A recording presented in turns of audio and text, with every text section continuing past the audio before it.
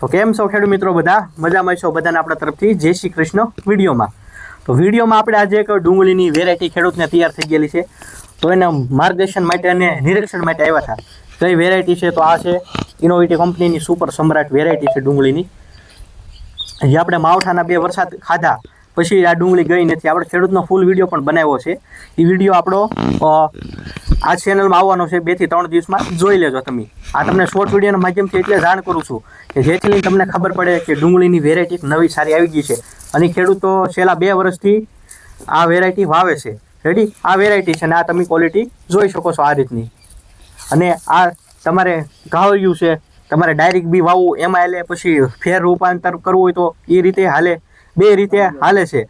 અને ખેડૂતનો 2 વર્ષનો અનુભવ છે.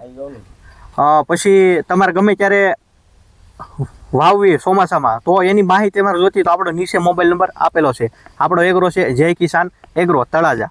રેડી, તો માર્ગદર્શન માટે કોઈ પણ તમારે ડુંગળીની હોય બીજી કોઈ પણ માહિતી જોતી તો આપણી પાસે મળી રહેશે.